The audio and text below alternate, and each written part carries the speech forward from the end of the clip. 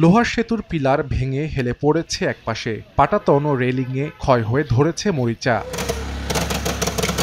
15 বছর আগে শরীয়তপুরের সদর উপজেলার বুড়িরহাট খালে সিমেন্ট ও লোহার খুঁটি দিয়ে নির্মাণ করা হয় সেতু। 5 বছর আগে পূর্ব প্রান্তের পিলার সহ সেতুটির নানা স্থান ভেঙে যায়।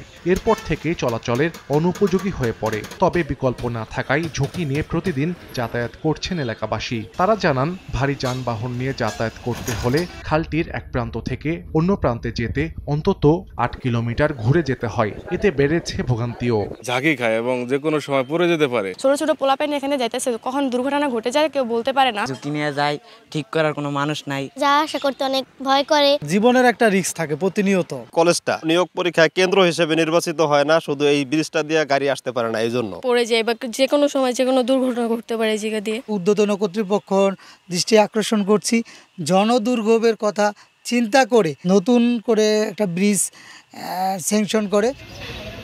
এলজিইডি বলছে, বুড়িরহাটে নতুন সেতু নির্মাণের জন্য মন্ত্রণালয়ে জমা দেয়া হয়েছে ডিপিপি। অনুমোদন হলে শুরু হবে কাজ।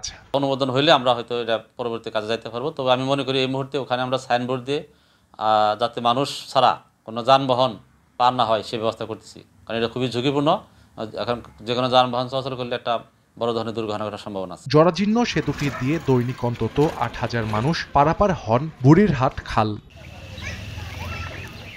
সময় সংবাদ, শরীয়তপুর।